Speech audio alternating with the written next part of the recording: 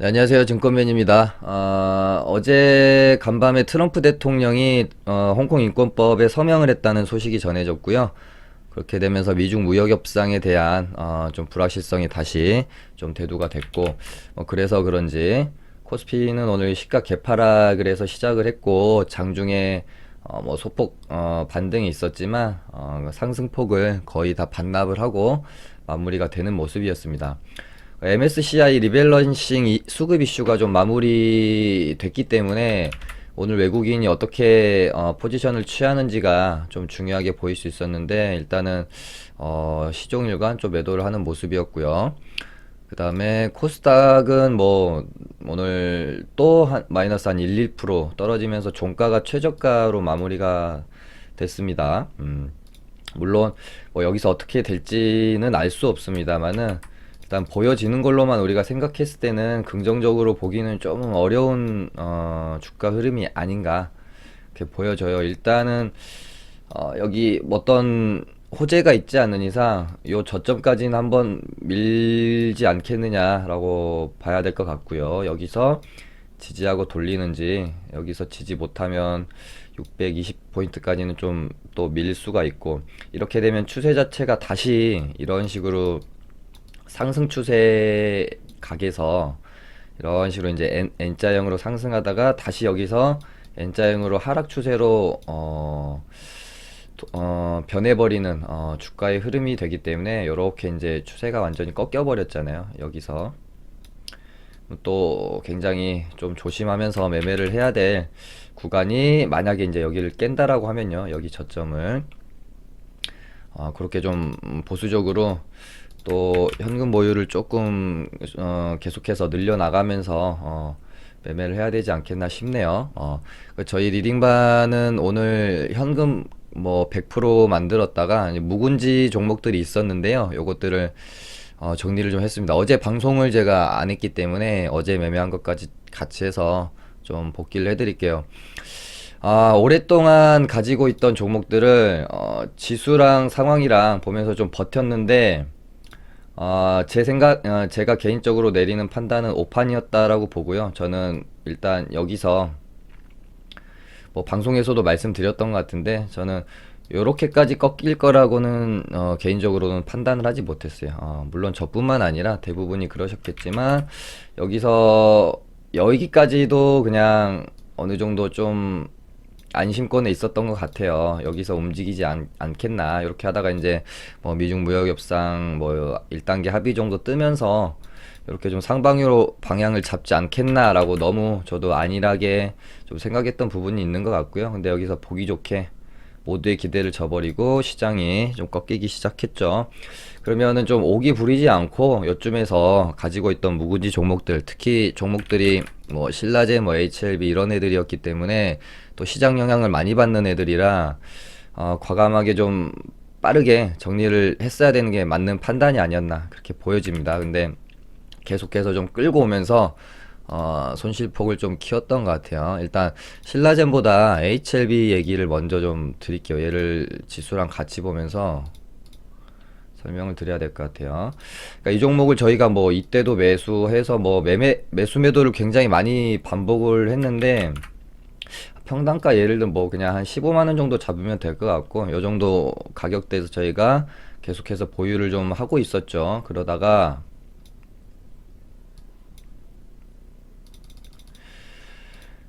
이제 딱 이 15만 원 구간이 얘가 딱 저항대였거든요. 여기가 이렇게 딱 저희가 가지고 있는 가격대이기도 하고, 그래서 여기서 이제 얘가 12 여기서 한번 지지를 강력하게 받았죠. 12만 5천 원이기도 하지만 굳이 따지자면 한 13만 원 구간에서는 웬만하면은 깨지 않고 여기를 이제 계속해서 지지하는 모습이었어요. 그래서 시장만 좀 받쳐주면 얘는 이렇게 한번 이 구간에서 놀다가 이렇게 박스권으로 놀다가 레벨업 하는 모습이 나온다라고 저도 생각을 하고 지수랑 이제 같이 보면서 가는 거예요.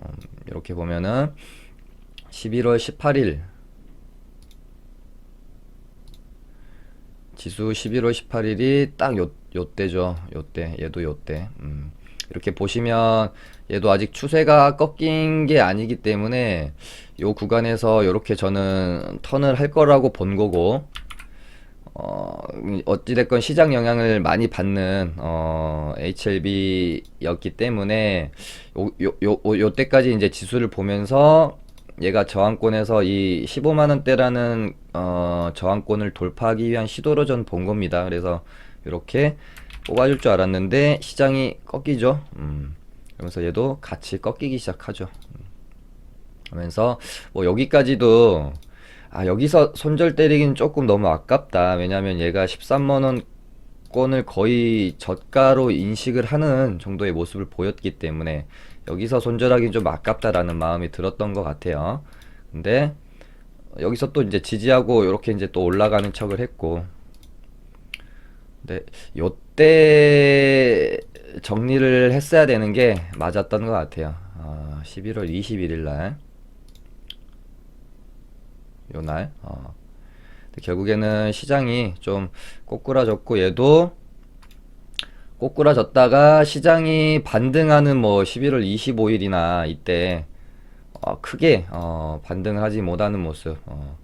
여기서 요 라인을 한번 깼는데 회복하면서 돌리는 모습. 하지만 다시 이 라인을 깨는 모습. 적어도 이때는 좀 손절에 대한 선택을 했지 않았나 싶은데, 저도 이게, 그러니까 우리가 종목과 사랑에 빠지지 말라라고 하는 말이 있잖아요. 이게 굳이 뭐 중장기 투자를 하면서 몇 년을 갖고 있어야만이 종목과 사랑에 빠지는 게 아니라, 그러니까 저도 종목을 단기 매매할 때 종목을 오래 안 가지고 있으려고 굉장히 노력하는 편이거든요. 그게 왜 그러냐면, 뭐 제가 매수한 지 예를 들면 뭐 하루 이틀 가지고 있던 종목이 내가 팔고 나서 막 급등한다고 해서 물론 아쉽지만 그 아쉬움이 막 정말 엄청 힘든 아쉬움은 아니잖아요. 와, 이거 팔고 나니 가버렸네. 그냥 요 정도에서 끝나는 건데, 이 종목을 예를 들어 막 내가 한 달, 막 두 달 요 정도, 혹은 뭐 1, 2주라도 이렇게 이제 좀 보유 기간이 길어지면 이 미련에 대한 강도가 이 보유 기간만큼 굉장히 높아져요. 그리고 이 보유하고 있는 동안 익절권에서 보유하는 게 아니라 계속 물려 있는 상태에서 보유하고 있는 경우 훨씬 더 이 미련이 크게 되죠. 그러면서 내가 팔고 나서 올라가면 어떻게 해야지? 라는 이 미련과 집착이 냉정한 판단을 못하게 자꾸 흐리게 하는 것 같고요. 그 다음에 또 내가 어설프게 이 종목에 대해서 알 때 사실은 이게 가장 좀 위험한 것 같아요. 어설프게 이 종목에 대한 내용을 알 때, 자꾸 우리는 주식을 하게 되면은 내가 보유하고 있는 종목에 대해서 긍정적인 뉴스, 뭐 소식보다는, 아니, 부정적인 소식보다는 긍정적인 앞으로의 뭐 어떤 재료 같은 것들에 대해서 굉장히 더 흡수를 하고 받아들여요. 부정적인 것들에 대해서는 그냥 모르겠습니다. 그냥 거부하는 것 같아요. 그러면서 자꾸 긍정적인 쪽으로 생각을 하게 되고, 보유를 하면서 희망의 어떤 뭐 나래를 펴는 거죠. 그러면서 이렇게 될 거야, 저렇게 될 거야. 얘는 무조건 가게 될 거야. 그러면서 어떤 작은 흐름들에 대해, 작은 주가의 흐름에 내 생각들이 자꾸 매몰되고, 이러면서 종목을 팔지 못하고 오래 보유하게 되는, 그러면서 이제 장투자의 길로 들어서는 뭐 그런 케이스가 굉장히 많죠. 그래서 저도 투자 방법이 완전히 딱 두 개거든요. 저는 완전한 단기 매매 아니면 완전한 장투. 요 가운데에 어떤 뭐 스윙, 뭐 중기 투자는 저는 잘 하지 않습니다. 이게 어렵더라고요. 저도 해보면. 근데 HLB나 뭐 신라젠 같은 경우가 제가 그런 오류에 좀 빠져버린 것 같고, 또 제가 이제 리딩을 하다 보면 자꾸 저는 이제 단기 매매하는 사람이니까 작은 수익도 차곡차곡 쌓아가는 매매를 잘하는데, 리딩을 하다 보면 자꾸 이게 큰 수익에 대한 욕심이 저도 굉장히 생겨요. 제가 개인 매매할 때는 큰 수익에 대한 욕심이 거의 없어요. 오히려 갈 줄 알면서도 적당히 먹고 빠지는 매매를 하는데, 이 리딩을 하다 보면 이게 뭔가 보여줘야 한다라는 그런 압박감 같은 것들, 그러니까 회원님들이 저한테 강요한 게 아니라 그냥 제 스스로 생기는 겁니다. 그러니까 제 탓인 거죠, 결국에는. 그러니까 예를 들어 제가 뭐 권투를 잘은 모르지만 그 유명한 메이웨더라는 권투 선수가 있잖아요. 이 선수 같은 경우는 막 이렇게 현란하고 화려한 막 이렇게 뭐 원펀치에 KO 승을 많이 하는 선수는 아닌 걸로 제가 알고 있어요. 정말 치밀하게 평정심을 유지하면서 경기 내내 본인의 페이스를 않는 그런 경기를 하는 하는 선수로 저는 알고 있고, 뭐 예를 들면은 어떤 선수가 그런 스타일인지는 전 모르기 때문에, 뭐 예를 들면은 그냥 타이슨이라고 할게요. 저는 권투는 잘 몰라서. 그러니까 타이슨이라는 선수는 뭐 KO승이 많은 선수라고 치죠. 그랬을 때 저는 주식으로 따졌을 때 메이웨더 같은 경기를 하는 사람이에요. 잽 날리고 내 페이스대로 그냥 꾸준히 말리지 않고 평정심 유지하면서 경기를 하다 보면 한 번씩 KO 승도 나오고, 그런 주식 매매를 하는 사람인데, 자꾸 원래 이런 매매를 하는 사람이, 이런 경기를 하는 사람이 뭔가 좀 보여주고 싶어가지고 이번 경기는 KO승을 한번 해야겠어, 이렇게 생각하면서 자꾸 크게 휘두르게 되는 거죠. 근데 아시다시피 요렇게 이제 경기를 하는 사람이 자꾸 KO승을 노리고 큰 주먹을 휘두르다 보면 본인이 오히려 또 카운터를 맞고 쓰러지는 경우가 생기는 거잖아요.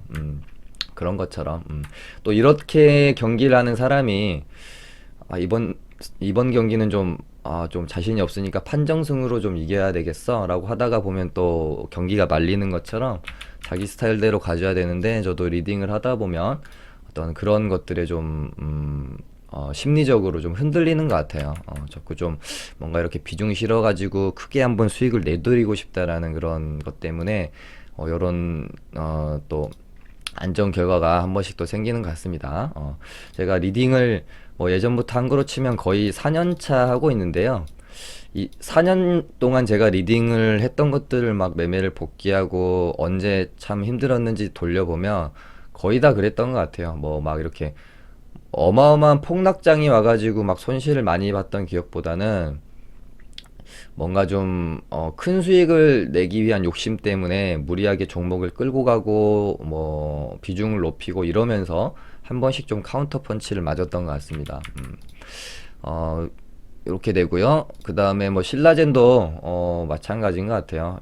요때 저희가 아마 들어간 걸로 기억을 하고 있고, 평단가는 뭐 18,500원, 600원 정도 됐던 것 같아요. 얘도 여기서 뭐 기준봉이라고 하긴 조금 그렇지만 여기서 추세를 돌리기 위한 의지로 어느 정도 좀 판단을 했던 것 같아요. 그러면서 얘가 요 정도 라인은 지켜주면서 여기서 이렇게 움직이다가 결국은 또 시장이 받쳐주면 한번 위로 칠 수도 있겠다라는 생각으로 이때부터 매수가 좀 들어갔었죠. 그렇다가 밀렸고,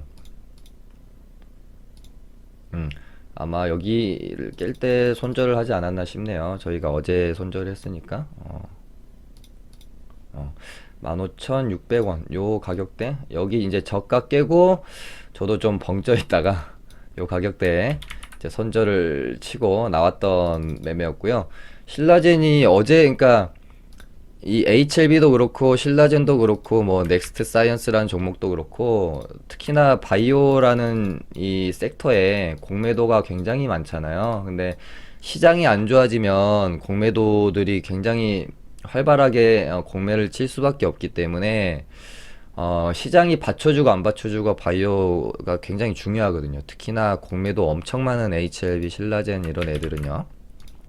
그리고 넥스트 사이언스도 어떻게 보면은 HLB의 진양곤 회장이 지분을 뭐 이렇게 매입한다는 호재로 올라갔던 앤데, 저는 뭐 요 구간 안에서 움직임을 보면서 굉장히 얘가 끼도 좋고 뭐 충분히 반등은 한번 줄 수 있는 애다라고 접근이 좀 이때부터 들어갔고, 그러니까 요렇게 두 종목은 이제 묵은지 정리했다라고 보면 되고요. 넥스트 사이언스는 그냥 일반적으로 매매 들어갔다가 손절한 거 정도로 보면 된 것 같아요. 그래서 이날 제가 생각하는 시나리오에서 크게 벗어나지 않았어요. 이렇게 양봉 도지로 말아주고 이렇게 이제 양봉 하나 세워주는 그림으로 봤는데, 요날 이제 도지 이쁘게 잘 만들었다, 추세 이제 전환시키겠다 라고 어느 정도 생각을 했는데, 이날 장 끝나고 추가 상장 공시가 좀 많이 나왔더라고요. 막 이렇게 뭐 몇만 주 몇십만 주가 아니라 좀 많이 나왔어요. 그러면서 최근에 보면은 추가 상장 공시가 진짜 많죠. 이렇게 돼서 개파락 시작을 해가지고 이렇게 있다가 오늘 버티다가 오늘 이제 어저께까지가 거의 사실 어떻게 보면 마지노선이죠. 벌 수 있는. 그래서 오늘 이날의 저가를 깬다거나 빠르게 회복하지 못하는 모습을 보인다거나 오늘 시장이 좋지 않은 모습을 보이면 정리하겠다라고 생각을 하고 있었습니다. 그래서 오늘 저가 깨기 전에 손절 사인이 나가서 9,000원 부근인가? 아무튼 손절이 됐고요. 그 다음에 국일재지는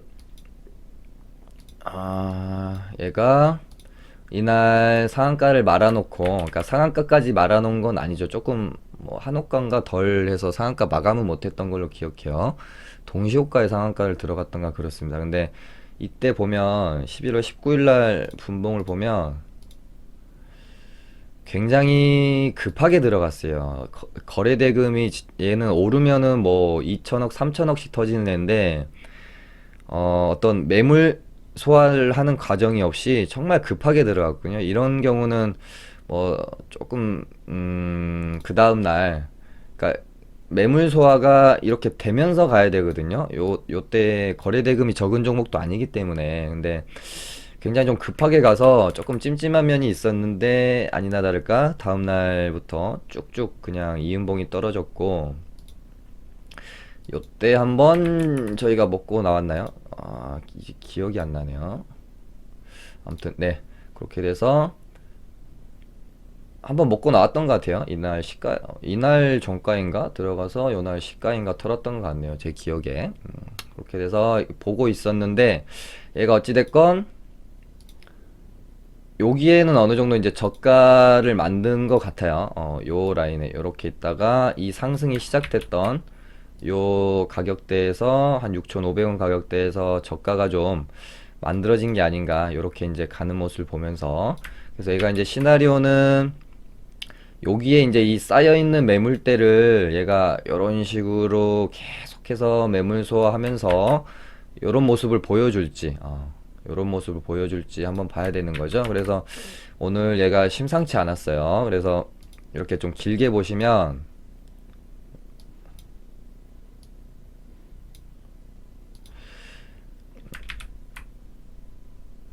이렇게 이제 투매가 나왔다가 거래대금이 막 2천억, 3천억씩 터지는 애가 이렇게 급등했다가 이렇게 이제 눌렸는데 이렇게 못 가요. 무조건 얘를 다시 한번 전고점까지 가려면 아주 시간도 좀 필요하면서 매물 소화의 과정이 필요하거든요. 그래서 이 매물 소화라는 거는 올렸다 내렸다 하면서 어찌됐건 이 쌓여있는 악성 매물대들을 소화하는 과정이 필요한 겁니다. 그래서 얘가 계속해서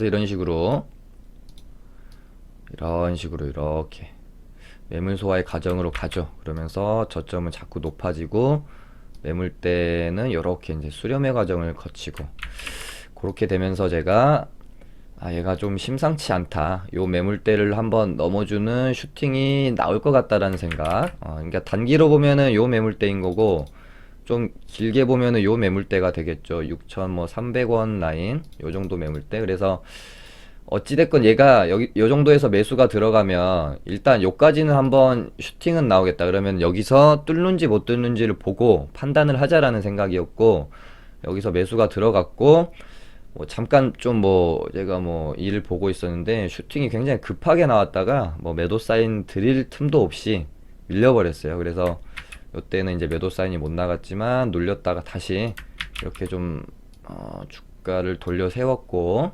그래서 일단 절반 매도하고 뚫고 이렇게 이제 슈팅이 나오면 요 구간에서 좀 매도를 하려고 보고 있었는데, 얘도 이제 특징이 뭐냐면 워낙 거래가 많고 매물이 많기 때문에 이 매물 소화하는 과정에서 굉장히 쳤다 밀렸다가 요렇게 갔다가 이렇게 갔다 또 쳤다 밀렸다 요렇게 갔다 이런 좀 움직임이 많아요. 이런 거 보면 한번 치고 이렇게 치고 또 밀리고 치고 또 밀리고 치고 또 밀리고, 근데 보면 어찌됐건 점점 저점은 좀 높여가는 이런 모양새.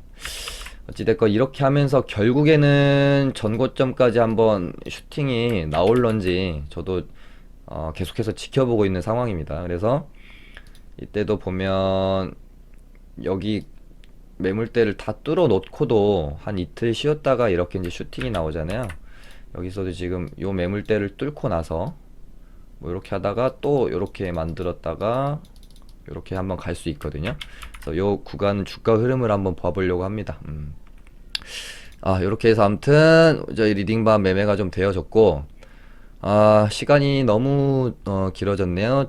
저도 개인 매매를 뭐 아시안 IDT랑 똑같이 저도 이제 국일제지랑 뭐 좀 몇 개를 매매했는데 빠르게 보고, 그 아시안 IDT도 참 아쉬워요. 제가 요런 구간대에서 저희 리딩반도 매수 사인을 지금 나가려고 했는데, 이게 그래서 주식에서 심리가 얼마나 중요한 거라고 제가 말씀을 드리냐면, 보통 예를 들면은 내가 100%라는 어떤 포트폴리오에서 이 100%를 다 이 회전율이 계속 잘 선순환이 되면서 돌아갈 때의 매매와, 여기서 한두 종목 두세 종목 물려가지고 한 5, 60%는 계좌가 돌지 않은 상태에서 한 40%만 가지고 내가 매매를 할 때 차이가 이게 진짜 어마어마하게 크게 납니다. 한번 겪어보신 분들은 아실 거예요. 그러니까 어, 여유라는 게, 내가 이 주식을 함에 있어서 내 마음속에 여유가 존재하는 것과 뭔가 좀 촉박하고 조급하고 빡빡하고 이런 가운데서 매매라는 것과는 진짜 이 매매의 질부터 어떤 판단을 할 때의 선택의 질까지 굉장한 차이가 나게 되는 거죠. 그렇다 보니까는 뭐 저희 리딩반도 말씀드린 것처럼 요렇게 이제 종목이 물려 있다 보니까 나머지 현금이 적으니 자꾸 어떤 내가 종목을 매수를 하고 매도를 하는 결정을 할 때 뭔가 좀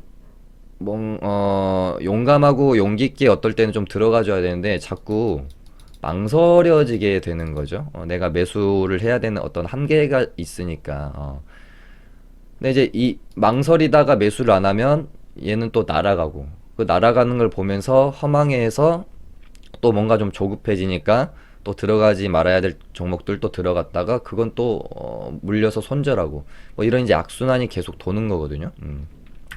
아시아나도 이게 뭐 평소 같으면 그냥 여기서 그냥 매수 들어가는 자리인데, 여기서 어제였죠? 사인 오늘이었나 어제였나, 아무튼 오늘이었네요. 아무튼 사인을 못 드린 게 굉장히 좀 아쉬운 매매였고, 그렇게 됩니다. 저도 어찌됐건 요것도 하나의 팁을 드리면 굉장히 좀 도움이 될 팁 같아요.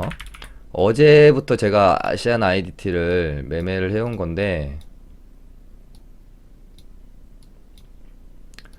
뭐 가지고 있던 걸 여기서 이제 뭐 익절을 하고 나서 눌림의 구간에서 이제 제가 또 분할 매수를 들어가는데, 여기서 보면 딱 봐도 뭔가 비중이 초반에 너무 많이 실어졌죠. 그러니까 원래대로 제가 뭔가 조급한 마음이 없었고, 제가 아시아나를 매매를 할 때도 조금 그 현금이 부족한 상태였거든요.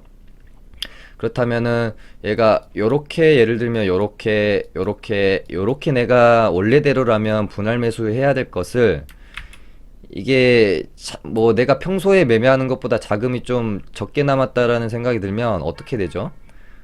그러니까 내가 한 1차, 2차, 3차 매수를 할 생각을 가지고 있었는데, 자금이 적게 되면 예를 들면 내가 한 1억을 굴리는데, 평소에 내가 뭐 한 1차 매수할 때만 한 500만 원, 뭐 1000만 원씩 들어간다는 거죠. 근데 뭐 1억 중에 막 종목들 뭐 물리고 뭐 이래 가지고 한 3, 4천 가용 금액이 있는 상태에서 1, 2차, 3차 이렇게 매수를 해야 되는데, 그렇게 되면은 내 남아있는 돈이 3, 4천 정도 되니까 이거에 맞게 뭐 한 3, 400 이렇게 나눠서 사야 되는데 남아있는 자금이 적으니까 벌써 무슨 생각부터 하게 되냐면 내가 이만큼을 매수했는데 올라가면 몇 프로야? 그러면은 뭐 한 1,000만 원 매수하면 5%, 50만 원에게 그러면서 욕심이 생기죠. 그러면서 무리하게 이런 구간에서 비중이 많이 들어가게 되는 거거든요. 그러니까는 여기서 더 떨어진 이 구간 안에서 남아있는 돈이 남아있는 자금이 없다 보니까 섣불리 추가 매수가 안 되는 거예요. 그렇다 보니까 더 밑에서 잡으려고 하게 되고 그렇죠. 이랬던 매매였던 것 같아요. 제가 기억을 되듬어 보기로. 그래서 요렇게 만약에 요렇게 충분히 분할 매수를 했더라면 여기서 많은 수익이 났을 거예요. 근데 여기서 비중을 너무 많이 실어놓고 요 구간에서는 더 추가 매수도 못한 상태에서 올라오니까 꼴랑 뭐 정말 1% 정도 제가 여기서 익절하고 나왔나? 뭐 다행히 고점에 익절은 했지만 그러고 나서 이제 눌림에서 여기서 이제 한번 된통 당하니까 또 요런 구간에서는 또 비중을 많이 못 실죠. 조금밖에 못 사가지고 여기서 이제 뭐 일단은 뭐 익절은 했지만 아무튼 요런 이 주식에서 심리가 얼마나 중요한지에 대해서 오늘 뭐 저희 리딩반 매매도 그렇고 제 개인 매매로도 그렇고 좀 말씀을 드리는 것 같아요. 오늘 좀 너무 길어지네요. 아무튼 관심 종목 오늘 다뤄보는 거는 조금 좀 생략하도록 하겠습니다. 이렇게 해서 마치도록 하겠습니다. 감사합니다.